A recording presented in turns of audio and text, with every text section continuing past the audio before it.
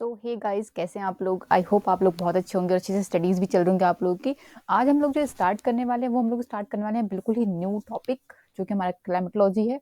क्योंकि ये भी एक जीएस के सेक्शन से या जीएस के पॉइंट ऑफ व्यू से बहुत ज़्यादा इंपॉर्टेंट रोल प्ले करता है, और जो इंटरव्यूअर्स होते हैं उनका एक फेवरेट टॉपिक बन जाता है क्वेश्चंस के लिए। ठीक है, तो इसको भी बिल्कुल नहीं स्किप करेंगे, इसको भी हम साथ साथ स्टडीज़ करेंगे, कंटिन्यू करेंगे इस चैप्टर को भी। और इस जिस तरीके से क्लाइमेटोलॉजी है, उस तरीके से इसके और अलग-अलग छोटे-छोटे ये सेक्शन के पार्ट होते हैं, जैसे लाइक ओशियनोग्राफी हो गया, जियोमॉर्फोलॉजी हो गया, ये सब भी हम इसके साथ हम आगे कंटिन्यू करेंगे। ठीक है?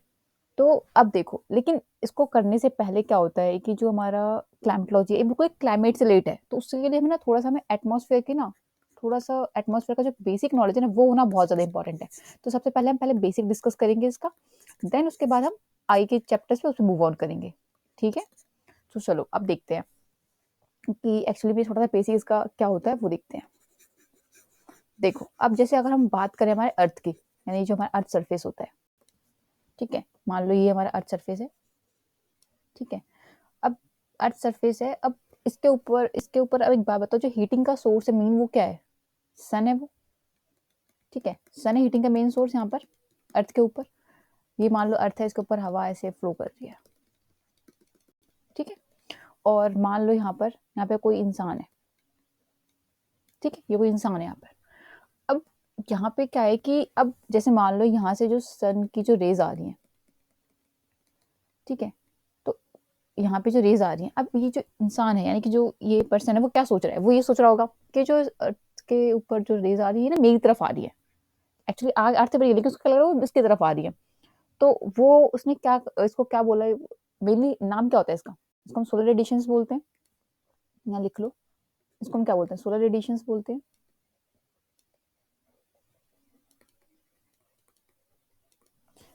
ठीक है?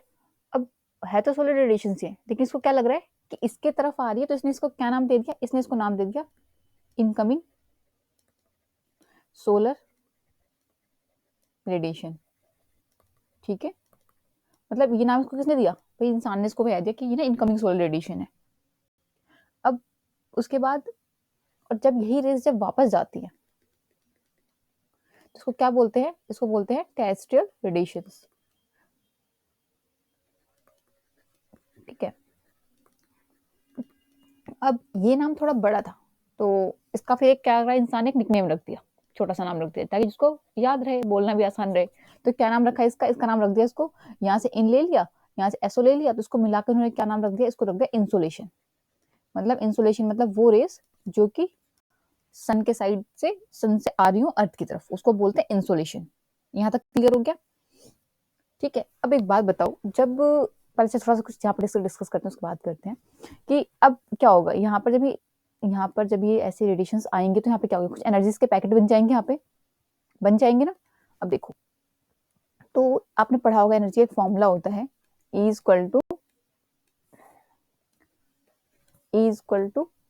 hc अपॉन में लैम्ब्डा, फ़ॉर्मूला होता है ये।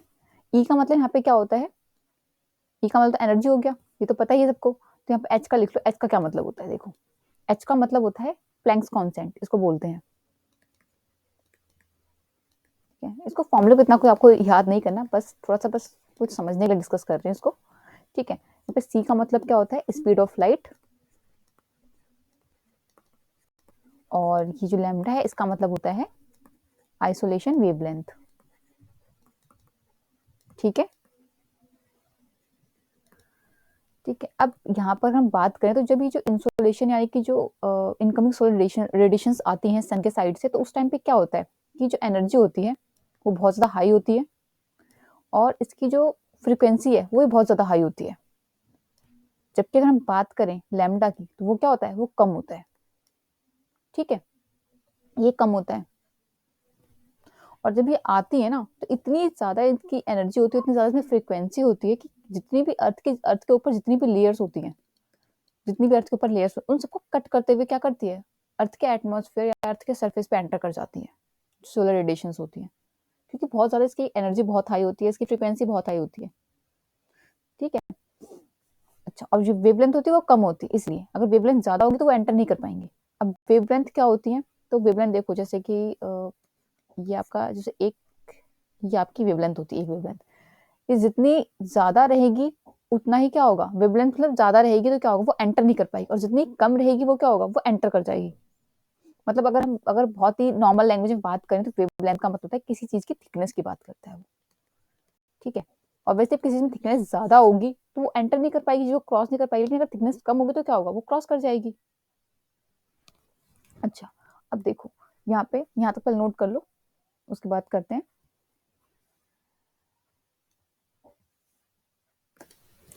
सो हम यहाँ पे कह सकते हैं कि जो हमारी एनर्जी है, इसको देख करके हम यहाँ पे कह सकते हैं कि जो हमारी एनर्जी वो क्या होगा, वो इन्वर्सली प्रोपोर्शनल होगा। किसके इन्वर्सली प्रोपोर्शनल होगा, लैम्डा के।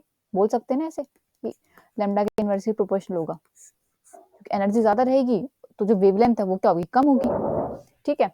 अब देखो यहाँ पर, अब एक बात बताओ, तुम उसको ऐसे लिख सकते हैं ना कि अगर अगर हमारा जो फ्रीक्वेंसी है, यानी कि अगर मैक्सिमम फ्रीक्वेंसी होगी हमारी, जो एनर्जी आ रही है, जो रेडिएशन आ रही है, उसकी मैक्सिमम फ्रीक्वेंसी होगी, इसका मतलब क्या होगा, वेवलेंथ क्या होगी, मिनिमम होगी वेवलेंथ, मिनिमम होगी ना वेवलेंथ। तो देखो यहाँ पर जैसे हमने देखा था, इसको हम वेवलेंथ बोलते हैं। तो जितनी ये वेवलेंथ क्या होगा, जितनी कम होगी उतना क्या होगा, हमारी एनर्जी और फ्रीक्वेंसी ज्यादा होगी, और जितनी ही ये वेवलेंथ क्या होगी, ज्यादा होगी, मतलब जितना ज्यादा इसका स्पेस रहेगा इस वेवलेंथ का, उतना क्या होगा, हमारा एनर्जी और फ्रीक्वेंसी दोनों क्या होगी, हमारी कम हो जाएगी, ठीक है। अब देखो कभी सोचा है आप लोगों ने कि जब हमारा जैसे अर्थ होती है, अर्थ की अगर हम बात करें तो देखो जो सूरज होता है, जब अगर हम बात करें कि सबसे ज्यादा सूरज मतलब किस टाइम पे सबसे ज्यादा हीट होती है, या हम बात करें पूरे दिन की बात करें एटमॉस्फेयर में, तो किस टाइम पे सबसे ज्यादा जो गर्मी होती है, बोलते हैं ना कि सूरज है 12 बजे के अराउंड, 12 बजे के अराउंड क्या होता है, एकदम सिर के ऊपर होता है सूरज, कहाँ होता है, एकदम सिर के ऊपर यहाँ पे होता है। सबसे ज्यादा गर्मी किस टाइम लगनी चाहिए हमें, इस टाइम लगनी चाहिए जब सूरज यहाँ पे होगा तो एकदम स्ट्रेट। लेकिन गर्मी लगती कब है, बताओ। गर्मी अराउंड हमें 2 बजे के अराउंड लगती है सबसे ज्यादा गर्मी, कभी नोटिस करना, अगर नोटिस नहीं किया तो कभी नोटिस करना कि सूरज हमारा एकदम 12 बजे के अराउंड एकदम सिर के ऊपर होता है, एकदम स्ट्रेट होता है, और गर्मी कब लगती है, 2 बजे लगती है। सेम इस तरीके से हम रात की बात करें, हम बोलते हैं मिडनाइट, मिडनाइट कब बोला जाता है, 12 बजे को बोला जाता है, 12 PM को। तो जिस टाइम पे हमें 12 PM एकदम मिडनाइट होती है, उस टाइम हमें मतलब सर्दी लगनी चाहिए, अगर हम रात की बात करें ठंड होनी चाहिए। और ठंड होती कब है, सुबह के टाइम 2-3 बजे, इस टाइम पे ठंड होती है। आखिर ऐसा क्यों होता है, आखिर रीजन क्या होता है इसके पीछे, कभी सोचा है इसको, सोचना चाहिए। देखो क्यों होता है, पहले नोट कर लो, फिर अभी हम डिस्कस करते हैं क्यों होता है ऐसा। छोटी चीजें ना पता होना चाहिए, बहुत इंपॉर्टेंट होता है, ठीक है। इसको नोट कर ले, चलो अब आगे डिस्कस करते हैं, इसको हटा देते हैं, फिर डिस्कस करते हैं।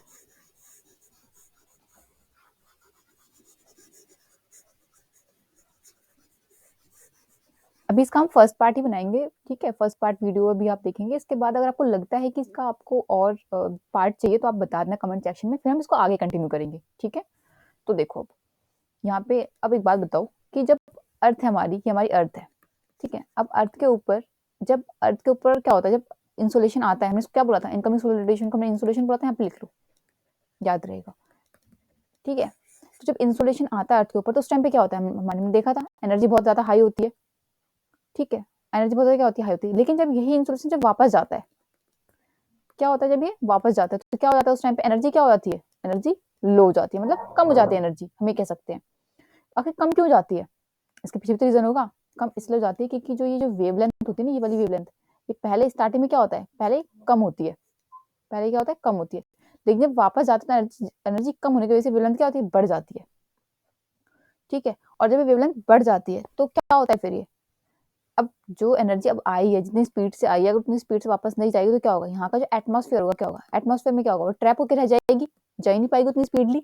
मतलब जितनी भी रेडिएशंस आती हैं, इनकमिंग सोलर रेडिएशन जितनी भी आती हैं, वो जितनी भी आती हैं, वो सारी की सारी वापस नहीं जा पाती हैं। कुछ तो चल जाती है, कुछ क्या होते हैं, यहीं पे इस एटमॉस्फेयर के अंदर ट्रैप होकर रह जाती हैं, ठीक है।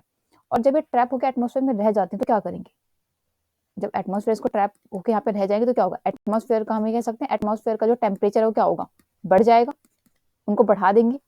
तो इसीलिए जब देखा होगा आपने, जब 12 बजे के अराउंड क्या होता है, जब एकदम सूरज यहाँ पे होता है, सिर के ऊपर होता है 12 बजे के अराउंड, तो उस टाइम पे गर्मी लगनी चाहिए, लेकिन लगती कब है गर्मी, 2 बजे 3 बजे के अराउंड गर्मी ज्यादा लगती है। क्योंकि क्या होता है, जब इतनी स्पीड से वो आती हैं, उतनी स्पीड से वो जा नहीं पाती हैं, कुछ तो चल जाती है, कुछ क्या होती है, ट्रैप होकर रह जाती है यहीं पे। और उस टाइम पे इसमें भी एक टाइम लगता है, तो इस वजह से जो गर्मी हमें कब लगती है, उसके कुछ टाइम बाद 2-3 बजे के अराउंड लगती है गर्मी ज्यादा। अब आया समझ में, इस तरीके से सेम रात की अगर बात करें, जैसे रात में अगर बात करें 12 बजे, रात में जब 12 बजे क्या होता है, 12 बजे एकदम मिडनाइट होती है, हमें इस टाइम पे सबसे ज़्यादा ठंड लगनी चाहिए, लेकिन लगती कब है ठंड? मॉर्निंग में 2-4 बजे कह रहा हूँ, 2 से 3-4 ऐसे इस टाइम पे हमें ठंड लगती है ना? तो देखो, ये ऐसा क्यों होता है, इसके पीछे भी सेम यही रीज़न है कि जब हो जाती है ट्रैप और जब वापस जाने लगता है, तो वापस जाते-जाते कितना टाइम लगता है? उसको रात हो जाती है जाते-जाते, जो टेरेस्ट्रियल रेडिएशंस हैं। इसलिए क्या होता है, जो हम ये कह सकते हैं कि जो मैक्सिमम सनलाइट है, ये जो मैक्सिमम सनलाइट हमारी किस टाइम पे होती है? ये होती है हमारी 12 ओ क्लॉक, ठीक है? 12 ओ क्लॉक होती है मैक्सिमम सनलाइट। और अगर हम बात करें यहाँ पर कि मैक्सिमम हीट की, तो ये कब होती है? तो ये होती है हमारी 2 ओ क्लॉक। 2 ओ क्लॉक का हमारी क्या होता है? मैक्सिमम होती है। सनलाइट कब होती है? 12 बजे और हीट कब होती है? 2 बजे। वही सेम कॉन्सेप्ट रात का भी है, ठीक है? तो इसको आप लिख सकते हो यहाँ पे, क्वेश्चन की फॉर्म लिख लो ताकि याद रहे इसको। इसको हटा के यहाँ लिख देते हैं, ठीक है? उसके बाद फिर ठीक है, इसको पहले यहाँ पे क्वेश्चन की फॉर्म लिखेंगे तो ज़्यादा अच्छे से याद रहेगा हमें। देखो क्वेश्चन की फॉर्म में इसको लिख लो ऐसे कि why atmosphere is hot at 2 p.m. at the maximum sunlight reached at 12 o'clock, ठीक है? क्यों होता है ऐसा? तो आप इसका रीजन लिख लो क्यों होता है। क्योंकि बिकॉज जो टेरेस्ट्रियल रेडिएशंस होती हैं, टेरेस्ट्रियल रेडिएशन, वो क्या होता है, जब वो वापस जा रही होती हैं तो क्या होता है, जो एनर्जी होती है क्या होता है, वो कम हो जाती है। जो इसकी आप बोल सकते हो फ्रीक्वेंसी है वो भी कम हो जाती है, और इसकी जो वेवलेंथ है वो क्या होती है, वो बढ़ जाती है। ये रीजन होता है इसके पीछे। इसलिए इज मैक्सिमम एट 2 पीएम, ये 2 पीएम पे क्या होता है, मैक्सिमम होती है। That's why heat up the atmosphere.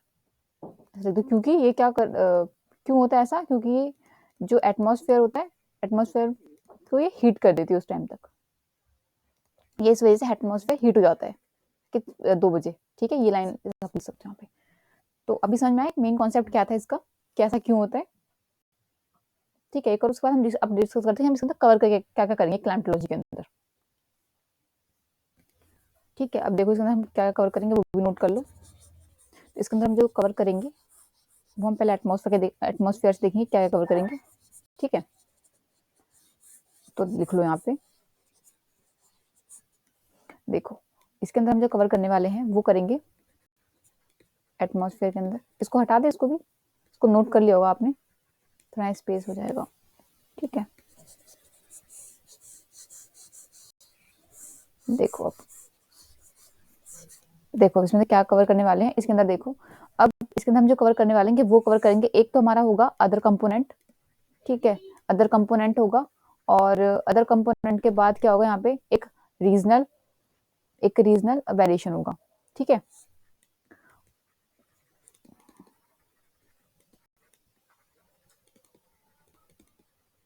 और रीजनल वेरिएशन में क्या कवर करेंगे हम लोग, वो करेंगे, हम देखेंगे थोड़ा टेम्परेचर के बारे में डिस्कस करेंगे, ठीक है? नेक्स्ट होगा आपका, इसमें हम प्रेशर के बारे में डिस्कस करेंगे, जो हमारा एयर प्रेशर वगैरह होता है उसके बारे में, और इसके बाद हम थोड़ा सा ह्यूमिडिटी के बारे में डिस्कस करेंगे, ठीक है? और अदर कंपोनेंट में अलग अलग क्लासिफिकेशन करेंगे हम चीज़ों का एटमॉस्फेयर से रिलेटेड। अब देखो इसके बाद हम लोग जो इसमें टॉपिक्स कवर करने वाले हैं वो कौन कौन से कवर, एटमॉस्फेयर के अंदर कौन कौन से कवर करेंगे वो भी देख लेते हैं तो डिटेल में। हाँ लिख लो, टॉपिक्स कवर्ड इन एटमॉस्फेयर, कौन कौन सा रहेगा वो हमारा। देखो फर्स्ट हम क्या करेंगे, हम वो फैक्टर्स डिस्कस करेंगे जो हमारे एटमॉस्फेयर को अफेक्ट करते हैं, यानी फैक्टर्स अफेक्टिंग एटमॉस्फेयर, ठीक है? जैसे कि हमारा हो गया एक, हमारा यहाँ पे हम लिख सकते हैं कि एटमॉस्फेयर हमारा इतना हीट क्यों करता है, इसके बहुत सारे रीजन होते हैं, या फिर कूलिंग क्यों करता है, ये सारे चीज देखेंगे, ठीक है? नेक्स्ट हम डिस्कस करेंगे इसके अंदर, इसके अंदर कंपोनेंट्स, ठीक है? Component with respect to atmosphere,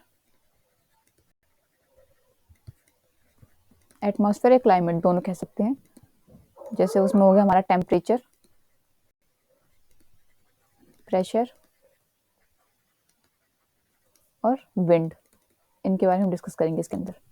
ठीक है, थर्ड हो गया आपका जैसे यहाँ पे ह्यूमिडिटी में क्या था, जो हमारे डिफरेंट डिफरेंट जो टाइप्स के आपके जो क्लाइमेट रीजन होते हैं ना, डिफरेंट टाइप्स ऑफ क्लाइमेट, लिख लो क्लाइमेट रीजन जो वर्ल्ड के अंदर पूरे होता है, वो डिस्कस करेंगे हम कि अलग अलग जगह पर अलग अलग क्लाइमेट कैसे होता है, उसका क्या रीजन होता है, वो सारी चीजें। ठीक है,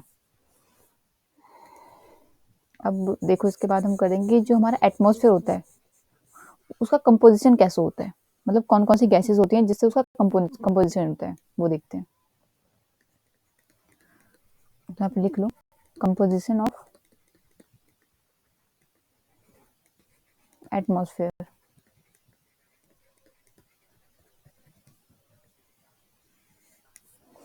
कौन कौन से कंपोजिशन होते हैं, तो देखो सबसे पहले आता है हमारा नाइट्रोजन। ठीक है, नाइट्रोजन होती है वो आपका कम से कम 78.08% होती है, तो इतना पॉइंट पे नहीं याद रखना है, बस पता होना चाहिए कि नाइट्रोजन से ज्यादा होती है, इसको आप ऐसे बोल सकते हो यहाँ पे कि 78% से थोड़ी ज्यादा होती है, ऐसे लिख सकते हो मोर देन 70% ऐसे। सेकंड आपके अंदर कौन सी गैसेस होती हैं, वो होती है आपके ऑक्सीजन। ऑक्सीजन कितनी होती है, वो आपका होती है 20.95%, तो उसको भी आप कह सकते हो कि मतलब 21 ही मान सकते हो, 21% से ज्यादा होती है, या आप कह सकते हो कि 21% होती है ऐसे करके। ठीक है, नेक्स्ट आपका आता है इसके अंदर आर्गन। आर्गन कितना होता है, वो आपका होता है 0.93%। फिर आपका नेक्स्ट आता है कार्बन डाइऑक्साइड, वो आपका होता है 0.036। फिर आपका आता है नेक्स्ट आता है नियॉन। नियॉन कितना होता है आपका, ये होता है 0.002। और फिर आपका आता है हीलियम, ये कितना होता है, ये आपका होता है 0.0005। फिर आपका नेक्स्ट आता है क्रिप्टॉन। क्रिप्टॉन कितना होता है, ये आपका होता है 0.0001%। इसके बाद और भी गैसेस आती है, तो भी कुछ पॉइंट्स में होते हैं, इतना उसको नहीं याद रखना है, बस नाम जस्ट पता होना चाहिए। एक होता है ओजोन, एक आपका नेक्स्ट आता है आपका हाइड्रोजन। ठीक है, और सबसे कम एक आपके होती है ओजोन, ये आपका सबसे कम होता है। ठीक है, सबसे ज्यादा आपका नाइट्रोजन होता है, ऑक्सीजन होता है, फिर से अगर कम की बात करें तो ओजोन होती है। ठीक है, तो ये आपके सारे एटमॉस्फेयर के कंपोजिशन हो गए, जो मतलब जिससे आपका एटमॉस्फेयर बना होता है जिन गैसों से। ठीक है, तो ये आपको पता होना चाहिए चीजें, और ये बिल्कुल ऐसे सीरीज वाइज ही रहता है। ठीक है, ऐसा नहीं कि आप पहले नाइट्रोजन के बाद आप डायरेक्ट नियॉन कर दो, हीलियम कर दो, ऐसा नहीं। जो सबसे ज्यादा होता है उस हिसाब से हमें उसको अरेंज करना होता है। तो इस पे क्वेश्चन आ जाते हैं एक नंबर में कि कौन सी गैसेस सबसे ज्यादा हैं एटमॉस्फेयर में, तो कौन सी गैसेस जो है जो सबसे कम है एटमॉस्फेयर में। ठीक है, अब इसके बाद देखते हैं कि इसके बाद हम लोग फिर क्या डिस्कस करेंगे। नेक्स्ट हम करेंगे इसके बाद डिस्कस, तो ये एटमॉस्फेयर का आपका होगा, हम इसे कह सकते हैं ए पार्ट। नेक्स्ट हम डिस्कस करेंगे बी सेक्शन में, हम डिस्कस करेंगे इसके वाटर वेपर्स के बारे में, कि वाटर वेपर्स का कैसे होते हैं, क्या होते हैं, उनके बारे में अच्छे से डिस्कस करेंगे। थर्ड हम डिस्कस करेंगे जो डस्ट पार्टिकल्स होते हैं। एटमॉस्फेयर में डस्ट पार्टिकल्स भी होते हैं, डस्ट पार्टिकल्स कह सकते हैं, फिर उनको सॉलिड पार्टिकल्स भी बोल सकते हैं। ठीक है, सॉलिड पार्टिकल्स, इसको हम पार्टिकुलेट मैटर भी बोलते हैं। ये दो तीन नाम है, पर वो मेनली डस्ट पार्टिकल्स ही हैं, लेकिन इनके नाम अलग अलग भी होते हैं। ठीक है, तो हम ये कह सकते हैं कि इन तीनों चीजों से मिलकर के पूरा हमारा कंप्लीट एटमॉस्फेयर बना होता है। ये सारी गैसेज हो गई, ये कुछ वाटर वेपर्स हो गए, और कुछ ये डस्ट पार्टिकल्स हो गए, इन सबसे मिलकर हमारा पूरा एटमॉस्फेयर बना होता है। ठीक है, यहाँ पे लिख लो इसको थोड़ा सा वर्ड के फॉर्म में, ताकि थोड़ा सा याद रहे। ठीक है, यहाँ पे लिख देते हैं, इसको काम करते हैं।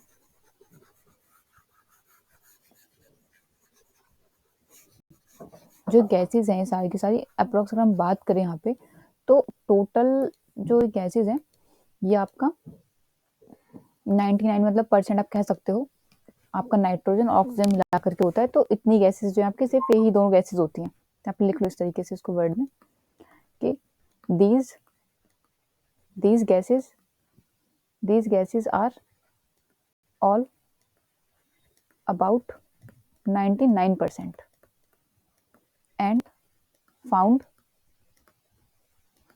up to 32 किलोमीटर तक। मतलब अर्थ पे कहाँ तक पाई जाती है, 32 किलोमीटर तक ये दोनों ही गैसेस पाई जाती हैं।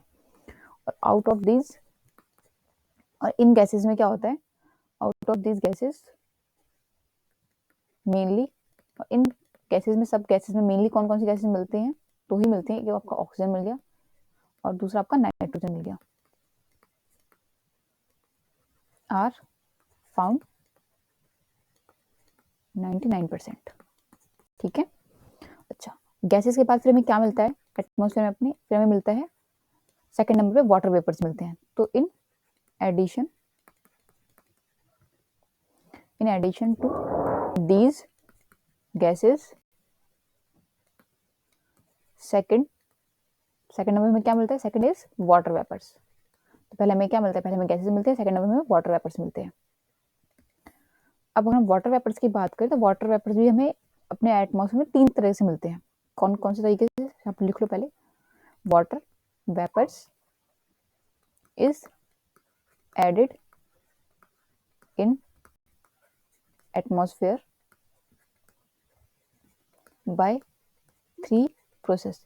मतलब 3 प्रोसेस हैं जिसके द्वारा या जिसके वजह से हमारे क्या होते हैं, वाटर वेपर्स ऐड होते हैं हमारे एटमॉस्फेयर में। फर्स्ट क्या है, इवेपोरेशन। सेकंड क्या है, सब्लिमेशन।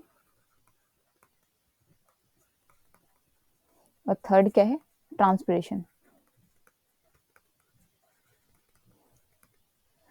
ठीक है, तो हम अब फिर अभी इतना ही रखते हैं, बाकी हम लोग नेक्स्ट क्लास में डिस्कस करेंगे, इन जितने भी टर्म्स हैं इनको डिटेल में डिस्कस करेंगे। ठीक है, कि इवेपोरेशन क्या होता है, सब्लिमेशन क्या होता है, ट्रांसपिरेशन क्या होता है।